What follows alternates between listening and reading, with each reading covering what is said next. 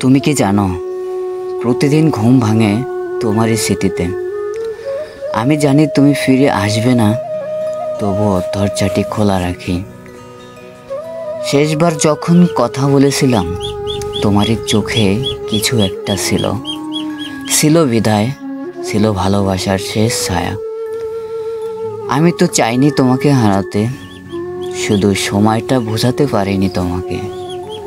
আজকের এই চিঠি তোমার কাছে হয়তো পৌঁছাবে না, কারণ আমি জানি তুমি এখন অন্য কারো। তবুও ভালোবাসি ঠিক আগেরই মতো।